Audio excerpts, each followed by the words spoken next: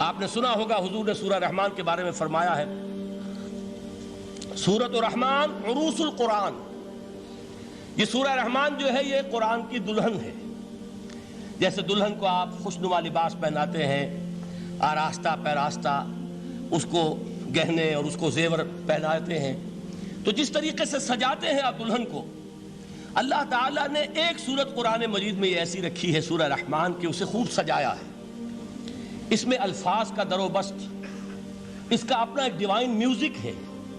وہ تو اللہ تعالیٰ قراء جو ہے خاص طور پر مصر کے قراء، اللہ تعالیٰ ان پر رحمت نازل فرمائے، ان کی خطاؤں سے درگزر کرے. جس طرح قرآن کے انٹرنسک میوزک کو انہوں نے واضح کیا ہے.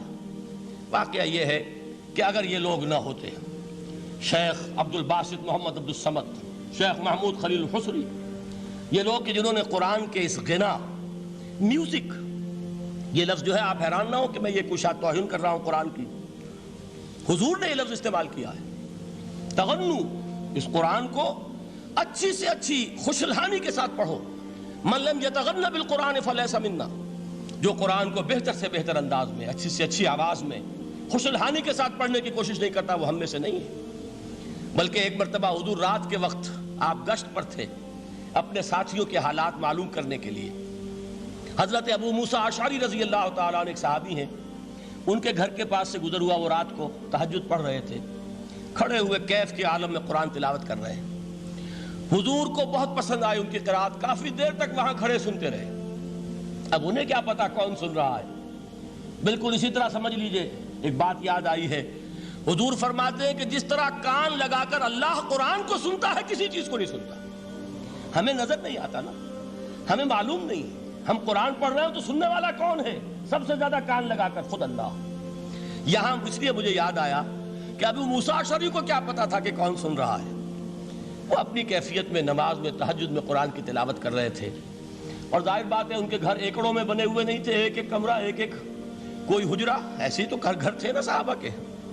لہذا حضور پاس سے گزرے، آواز آئی، کافی دیر سنتے رہے. اس کے بعد آپ تشریف لے گئے، صبح فجر میں ملاقات ہوئی تو حضور نے تحسین کے انداز میں فرمایا، یا ابا موسیٰ انک قد اوتیت مزمارا من مزامیر آل داؤد. اے ابو موسیٰ، تمہیں تو آل داؤد کے سازوں میں سے ایک ساز اللہ نے عطا فرما دیا ہے. جس طرح حضرت داؤد لہن داؤدی مشہور ہے کہ جب وہ پچھلے پہر رات کو حمد کے ترانے الاپتے تھے، قرآن میں ہے کہ پرندے شامل ہو جاتے تھے ساتھ، اور پہاڑ وجد میں آتے تھے، پہاڑ بھی ان کے ساتھ شریک ہوتے تھے. تو جس طرح کا اللہ نے ان کو لہن عطا فرمایا تھا، حضور نے تحسین کے انداز میں فرمایا، ہے ابو موسیٰ اشعری، اللہ نے تمہیں بھی آل داؤد کے سازوں میں سے ایک ساز عطا فرمایا. بہرحال قرآن مجید کا جو یہ میوزک ہے، قرآن کے الفاظ کا جو حسن ہے، جہاں تک حسن معنوی ہے وہ تو ہر لفظ میں ہے، لیکن یہ حسن ظاہری، حسن صوتی، حسن لفظی، یہ اپنے کلائمیکس پر آپ کو نظر آئے گا سورہ رحمان میں.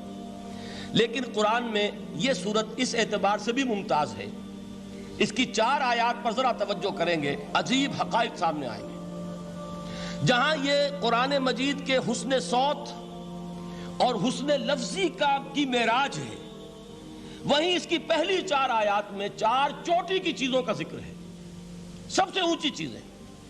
پہلی آیت کیا ہے؟ الرحمن. ایک آیت ہو گئی. رحمان کیا ہے؟ اللہ کا نام ہے. کبھی آپ نے غور کیا اللہ کے ناموں میں سب سے پیارا نام کون سا ہوگا؟ رحمان. کیوں؟ اس کا مادہ کیا ہے؟ رحمت. ہمیں سب سے بڑھ کر جس چیز کی ضرورت ہے وہ کیا ہے؟ رحمت خداوندی. نام اچھی طرح سن لیجئے اس حضور کے قول کو. حضور فرماتے کوئی شخص جنت میں مجرد اپنے عمل کی بنیاد پر داخل نہیں ہو سکے گا جب تک کہ رحمت خداوندی دستگیری نہ کرے. کسی صحابی نے بڑی ہمت اور جرأت کا ثبوت دیا کہ پوچھ لیا، کیا حضور آپ بھی؟ جب آپ نے فرمایا کوئی شخص داخل نہیں ہو سکتا جنت میں محض اپنے عمل کی بنیاد پر جب تک کہ رحمت خداوندی جو ہے وہ دستگیری نہ فرمائے. پوچھا گیا کیا آپ بھی؟ آپ نے فرمایا ہاں میں بھی. آپ انداز کیجئے کہ اگر محمد الرسول اللہ بھی رحمت خداوندی کے ضرورت مند ہوں تو تاب دیگراں چے رسد، ہماری تو سب سے بڑی ضرورت رحمت خداوندی ہے. اب یہ رحمت جو ہے قرآن مجید میں اللہ تعالیٰ کی یہ شان 2 الفاظ کے ذریعے سے آتی ہے، رحیم اور رحمان. اور کوئی مادہ نہیں ہے جس سے 2 نام بنتے ہوں اللہ کے. لیکن یہ مادہ ہے واحد رحمت کا کہ جس سے رحمان بھی ہے رحیم بھی ہے۔ رحیم صفت مشبہ ہے، رحمت دائم ہو جائے گی، مستقل ہوگی تو رحیم کہیں گے، اور رحمان اس میں رحمت کی ہے وہ شان ہے کہ جیسے ٹھاٹھے مارتا ہوا سمندر ہو، ہیجان کی کیفیت، طوفانی کیفیت، رحمت خداوندی کا طوفانی جوش، وہ ہے رحمان۔ آپ تو رہتے اس علاقے میں ہیں، آپ کو معلوم ہے عرب اگر بھوکا مرا جا رہا ہو تو کیا کہے گا؟ انا جوعان۔ پیاسا مرا جا رہا ہو انا عطشان۔ بہت غضبناک ہوگا غضبان، غضبان آصفہ قرآن میں آیا ہے، بہت غضبناک۔ رحمان جس کی رحمت جو ہے جوش میں ہے، ٹھاٹھے مارتے ہوئے سمندر کے مانند۔ تو یہ اللہ تعالیٰ کے ناموں میں سب سے پیارا نام۔ اب آگے چلیے، الرحمن علم القرآن، رحمان نے قرآن سکھایا۔ رحمت خداوندی کا سب سے بڑا مظہر، رحمان کی رحمانیت کا سب سے بڑا مظہر قرآن ہے۔ ان میں جو منطقی ربط ہے اس کو سمجھتے جائیے۔ اچھا آپ یہ سوچئے، جو علم بھی انسان کو حاصل ہوا وہ کس نے دیا؟ اللہ نے۔ سائنس کا علم کس نے دیا؟ اللہ نے۔ علم آدم الاسماء کلہا، وہ علم الاسماء جو حضرت آدم کو دے دیا گیا تھا ازل میں، یہ اسی کا ظہور ہے، یہ اسی کی ایکسفولیشن ہے جو ہو رہی ہے اور ہوتی رہے گی ابھی۔ اور دوسرے علم ہے وہ کس نے دی؟ اللہ نے دی۔ لا یحیطون بشیء من علمہ الا بما شاء، مخلوق میں سے کوئی اللہ کے علم میں سے کسی شے کا احاطہ نہیں کر سکتا مگر وہ جتنا اللہ دینا چاہے۔ لیکن یہ کہ تمام علوم میں چوٹی کا علم قرآن، نوٹ کرتے جائیے، اب چوٹی کی چیزیں جمع کیجئے۔ اللہ کے ناموں میں چوٹی کا نام رحمان، اللہ نے جو کچھ انسان کو سکھایا اس میں چوٹی کا علم قرآن۔ خلق الانسان، انسان کو پیدا فرمایا۔